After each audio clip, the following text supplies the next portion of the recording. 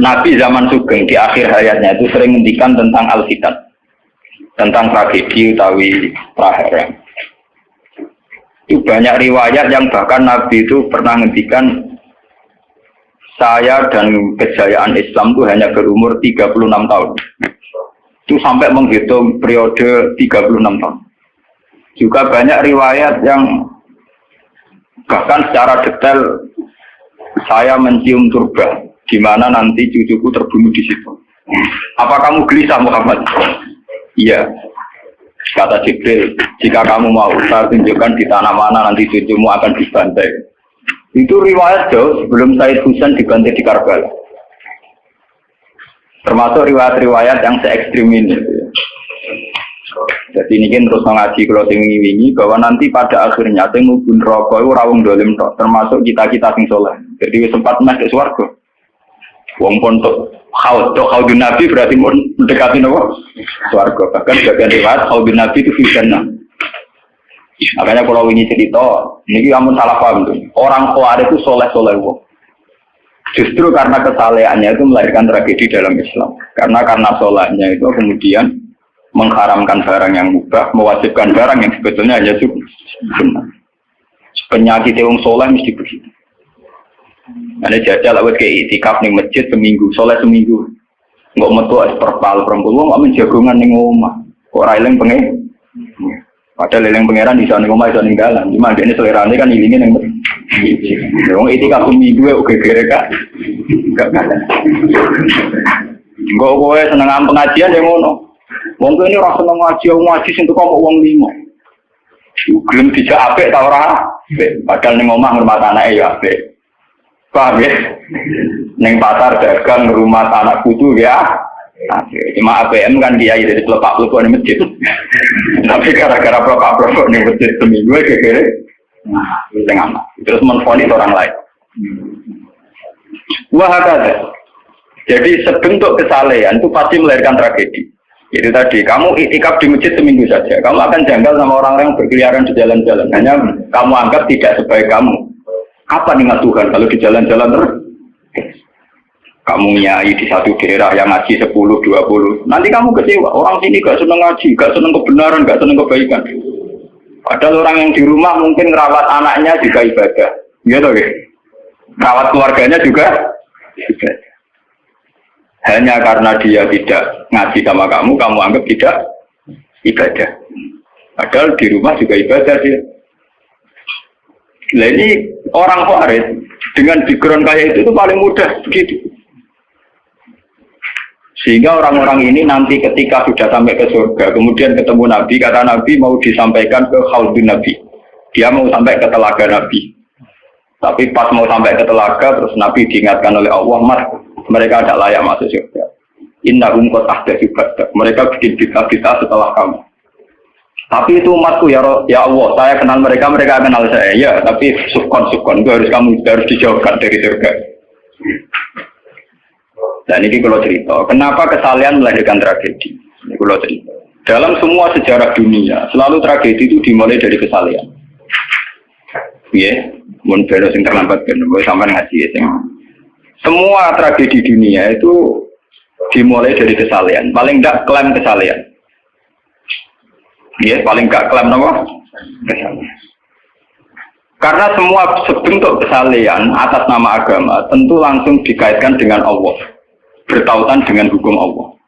Kalau sudah kamu yakin itu hukum Allah, tentu kamu dengan mudah akan menghukumi kafir siapa saja yang menentang. Karena kamu anggap melecehkan hukum Allah. Akhir dari itu tentu kamu akan tahlil dam. Nak ngono wong iku halal. Ini rungokno tenan. Karena setiap pelanggaran atas nama agama tentu dianggap melanggar hukum Allah. Hingga orang yang mengklaim demikian kan mudah mengkafirkan orang lain karena dianggap wani pengerah. Paham ya? Nah, kalau sudah menvonis orang lain berani Tuhan, tentu darahnya dihalalkan. Kayak kasus kaum Khawarij. Sebetulnya saat Ali Muawiyah itu melakukan konflik atau terjadi konflik, saling bunuh, saling perang, kelompoknya Ali Muawiyah saling serang, itu kan tragedi duniawi biasa. Dalam hidup pasti ada gejolak, ada demonstrasi. Ya, ada perebutan kekuasaan. Sebetulnya itu kan fenomena sosial biasa. Misalnya kiai drengki-drengkinan, maksudnya kiai drengkinan bakul bakso kan gak bakul bakso drengki-drengkinan gak bakul. Orang malah bakul es rukun. Tidak bisa kamu logika panas musuhnya adem bakul bakso jejer bakul es rukun. Mereka bar mangan bakso tuku. Tapi bakul es pada adem itu kak. Tukaran. Mereka saingan, itu nunjukkan saingan tak jenis. Mulai kalau aku rada aman. Mergo sing nyaingi aku kudu alime sekali beraku aman. Paling wong saiki ade aku adir wis lho, Pak. Padha kelas-kelas ringan kan musuhe ke kelas. Ora nek tak ngalim ulisan kaliber. Dadi rapati di musuh. Ada ngalime kaliber terus fasilitas biasa. Wong rapati nyucu, wong rapati hormati, wong ape drengki apa? Mau pulau yang mak turu temangkang ning kos drengki apa? Mun kula elmoni ya, jadi mau rapati drengki mun kula elmoni. Jadi ngalime kaliber fasilitas biasa. Wah aman. Berapa kayak ini? Aman, itu istihad. Jadi untuk menjaga keamanan. Ngalime ra kaliber yang dadi wong nyucup wong dobar, mesti wong mencep. Alim sepi, kok wong dobar wis gegere. Niku termasuk strategi ngadepi napa prahara. Artinya sakit di ilmu sebenarnya secara ijtihad itu bisa napa? Bisa den.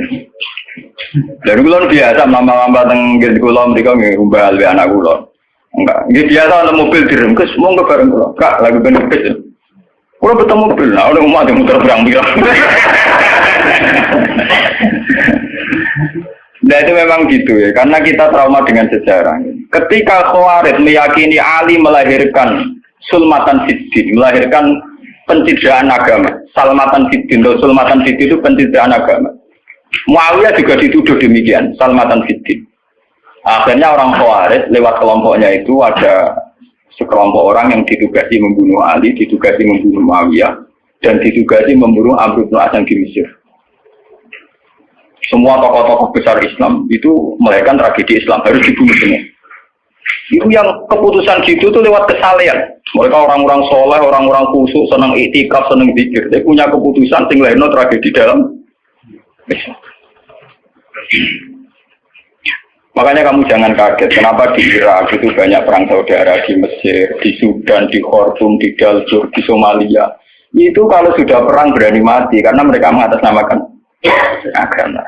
Nah, kalau agama berarti merasa dia punya titah Allah, titah Tuhan. Sehingga kelompok lain ya orang Sunni, Bantai, Syiah, Ahmad itu biasa. Makanya kita disyukur, kalau bolak-balik kita harus syukur sebagai bangsa Indonesia. Bangsa Indonesia di filosofi berdaluri, soalnya bergerem-gerem ngelas yang berduri, orang terus ini itu syukur jadi wong Jawa. Cari rasa cocok, es mau grudal, misalnya rasa-rasaran kiai di partai yang mau grudal, bagus sekali. Karena ada sampai pembunuhan. Paling banter yang dikisih pelatihan ngirim tarmihim. Ayo tak pikir ramalan gini, tak pikir bodoh ramalan tindak, tak pikir. Ya paling misalnya mati dikisih yang ngeluh sidik-sidik. Orang aneh mati. Paham? Semenjak itu tragedi itu tidak dimulai dibunuh non-muslim, tapi dibunuh orang Islam. Semenjak peristiwa Ali Muawiyah. Dulu Umar itu matinya masih keren. Umar itu dibunuh oleh seorang Yahudi, Abu Lulu, seorang Majusi, Abu Lulu al-Majusi. Era Utsman banyak riwayat mengatakan yang membunuh itu banyak yang tidak Islam. Tapi era Ali, Muawiyah sampai Said Husain itu yang membunuh orang Islam semua. Bahkan sulahahum, orang-orang yang kategorinya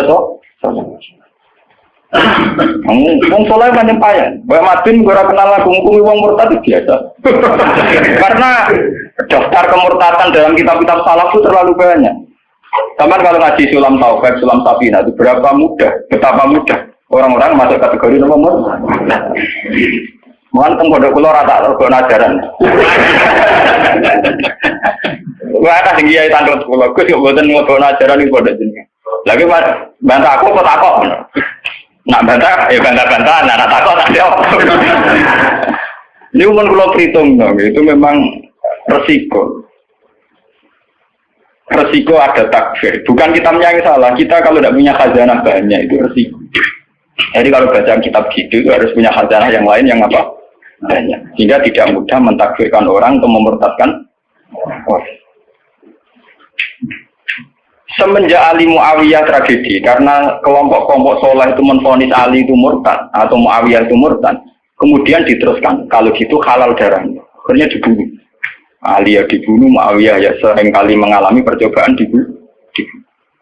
Jadi kalau kan ada cerita tengah sini, jadi Ali hasil dibunuh, yang Muawiyah sebetulnya subuh itu juga dibunuh, tapi pas itu Muawiyah meriang, yang imami itu wakilnya, sehingga yang dibunuh wakil. Mulanya kalau boleh baca cerita, nih tinggal dengan wong kesolehan mesti pintu-pintu, wong keluaris sih pintu-pintu. Wong ngongkon killer, ngongkon pembunuh bayaran, waktu tarif ini dalam Muawiyah itu sopo, pokoknya sing imami subuh. Orang disifati ciri-ciri spesifik buatan, pokoknya sing imami subuh. Lah Muawiyah subuh pria. Wong imam ya di materi. Wong apa jenenge? Apa itu istilahnya tugas-tugas yang super bahaya kok tarifnya pokoknya sing imami subuh. Wah, emprot.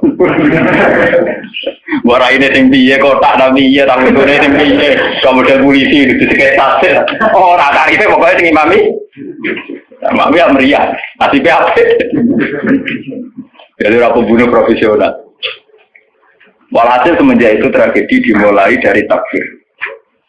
Setelah itu ada era Muawiyah punya anak Yazid. Yazid ada isu dia senang nyabu, senang ngeflag, dia orang yang nakal saat jadi pemimpin. Orang Islam sholat tersinggung, wong kok dipimpin wong dolim. Orang Islam ekstrem wong kok dipimpin wong rasolat, wong ra bener kok mimpin wong bener. Akhirnya Madinah bergejolak. Madinah bergejolak ini kemudian banyak yang merokokasi Said Husain supaya ngambil alih kepemimpinan sinten. Sampai tak cerita di tragedi ke saya. Walhasil Said Husain akhirnya lewat bantuan orang-orang Kufah. Orang Kufah itu saat ini dari wilayah Irak ya. Jadi kayak Kufah, Asfahan, terus Nahrawan itu ikut wilayah Irak. Ketika Irak pecah dengan Iran, ikut wilayah apa? Iran. Dulu yang situ semua itu namanya orang dulu kalau bilang itu Kufah sama Basra. Iya dong, makanya kalau di kitab-kitab Nahwu semua kitab salah kalau bahasakan kawasan itu, kalau ada kawasan Kufah ya apa? Basra. Sekarang di bahasa internasional lebih dikenal Irak semua, tapi kalau dulu orang bilang itu Kufah, Basra, Nahrawan itu Asbahan, Khurasan. Itu kan dan Rosamban. Orang-orang Kufah datang ke Madinah. Ya Husain, karena yang dituduh zalim, kita yang nanti di Kufah siap membeat jenengan jadi khalifah, siap dukung jenengan jadi apa? Khalifah. Ini ku mengkudeta kepemimpinan ya. Said Husain sebagai orang junior, beliau konsultasi sama Said Ibn Abbas. Ibn Abbas itu pernah paman, karena Ibn Abbas itu misananya Nabi. Ya, Ibn Abbas itu kan misalnya di sini Nabi. Beliau itu sugeng nanti era Said Husain ya. Ibn Abbas sugeng nanti era Said Husain. Ketika Said Husain konsultasi sama Ibn Abbas, dihentikan ini. Yabna ammi al-Kufah la tafi. Sopo sing ape dukung kowe? Tiang Kufah ya ammi. Wong Kufah atau jujur. Wong Kufah itu bulat gak welet. Al-Kufah la tafi. Wong Kufah nak janji atau nepak. Dulu kayak kawasan Kufah ini sampai keluar cerita sejarah bin zaman roh. Kan tiap daerah kan terkenalan dewe-dewe. Ono daerah terkenal Bedol Guri, ono daerah terkenal Badoan. Dua tenan ora tiap daerah kan terkenalan dewe-dewe. Yang repot terkenal Bedol Guri, ono terkenal kayak Madura Bado. Ono terkenal daerah, oh daerah kono medhit kabeh. Nah, kalau nang Sunda wah wani wong lanang kan tiap daerah dia terkenalan sendiri-sendiri. Paham ya, karena perilaku budaya orang mesti diciri. Nah, itu di era itu Kufah itu punya ciri khas al-Kufah la tafi. Wong Kufah mesti ora jujur. Tenang. Walhasil akhirnya Said Husain minta maklum ya, minta supaya dimaklumi. Ya Ami, saya ini sudah bertekad untuk menuruti permintaan orang-orang Kufah. Jadi meskipun paman saya melarang, saya tetap berangkat. Kata Ibn Abbas, ya sudah kalau itu jadi keputusan kamu. Mulanya Said Husain terkenal Said sing brengkel. Mulanya kena diceritain Said sing turunan Husain. Ini rata-rata brengkel-brengkel. Ini kasus orang Iran itu rata-rata Sayyidnya Husain. Kasus Abdul Qadir, kasus Sayyid Muhammad itu Al-Hasan. Makanya kalau Sayyid Muhammad itu Al-Hasan. Rata-rata karena Sayyid Hasan dulu itu yang punya keputusan amul istima.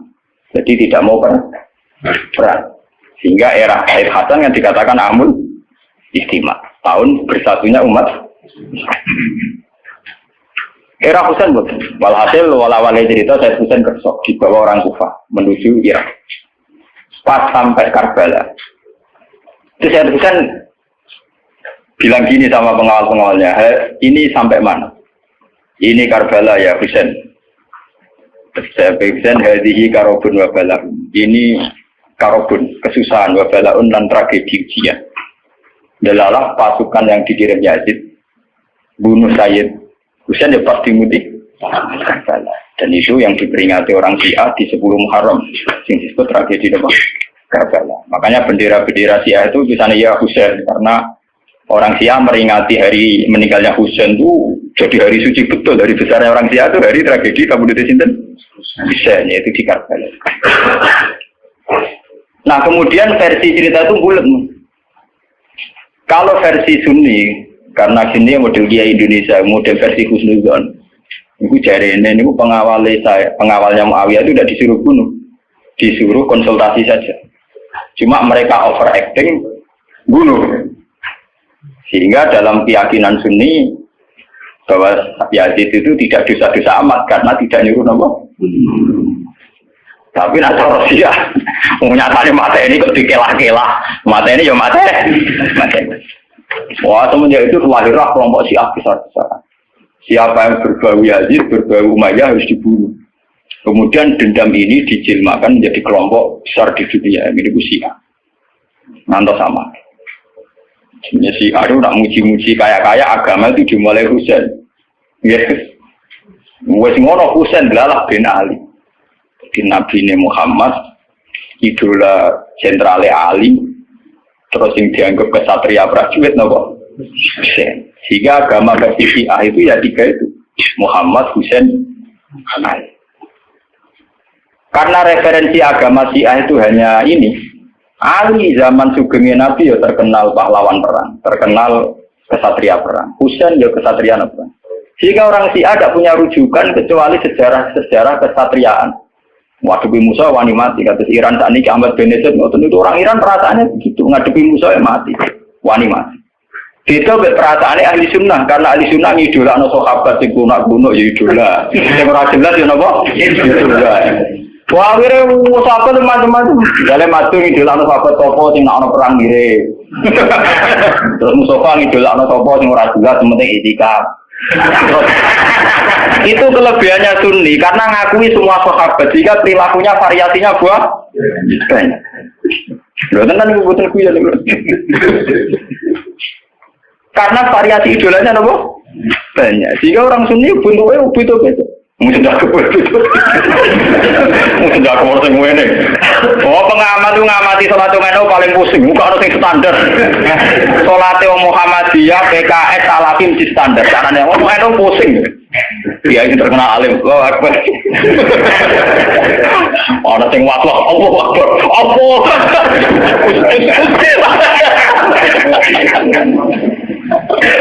Oh sedekah orang sing ngene, orang sing ngene, orang sing santai, orang sing labine ngancing nono selik. Karena orang Sunni terlalu banyak tokoh idola, karena keyakinan Sunni semua sahabat itu layak diikuti.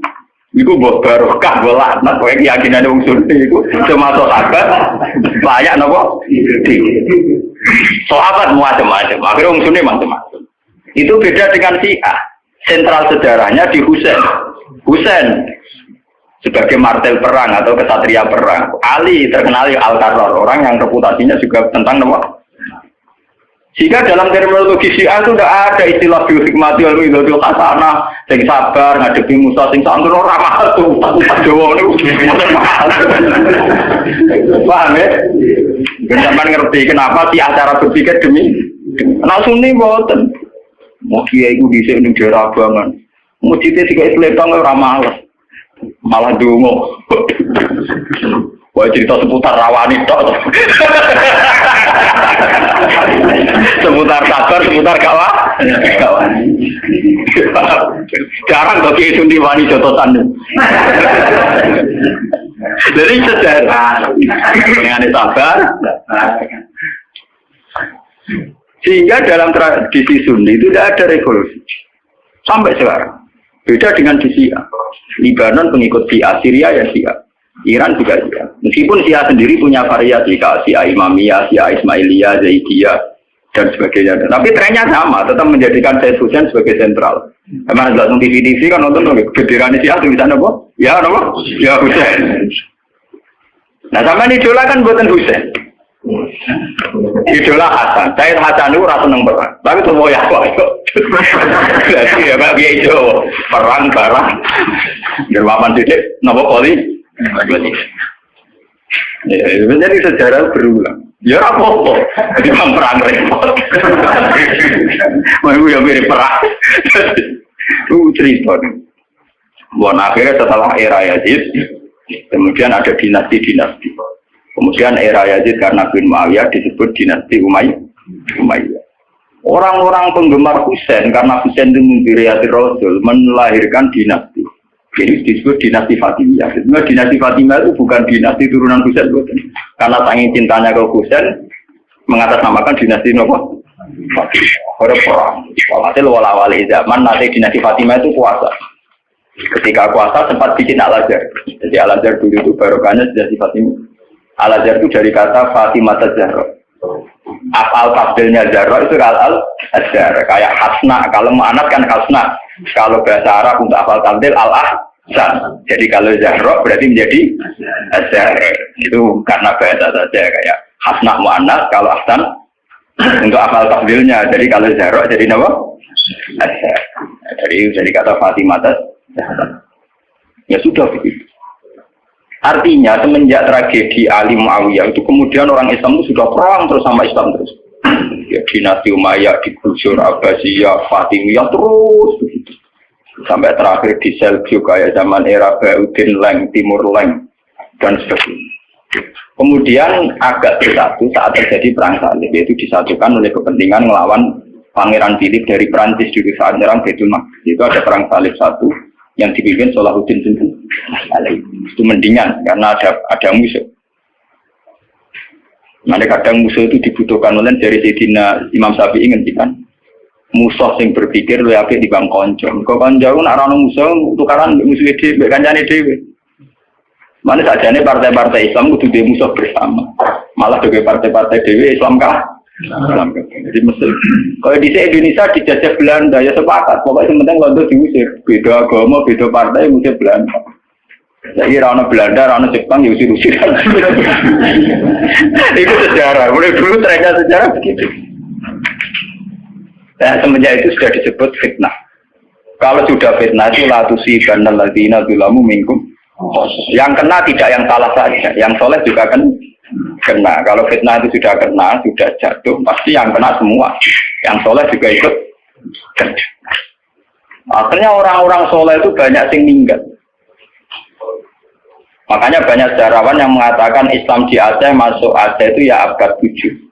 Jadi abad persis sahabat. Nabi itu kan sekitar tahun 610.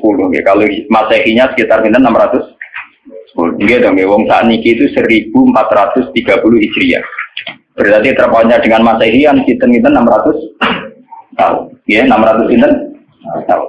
Karena Masehi sekarang kan 2000, anggap saja 2000. Mas Hijriah kan 1400 toh. Ya, kisarannya ya terpaut sekitar 600.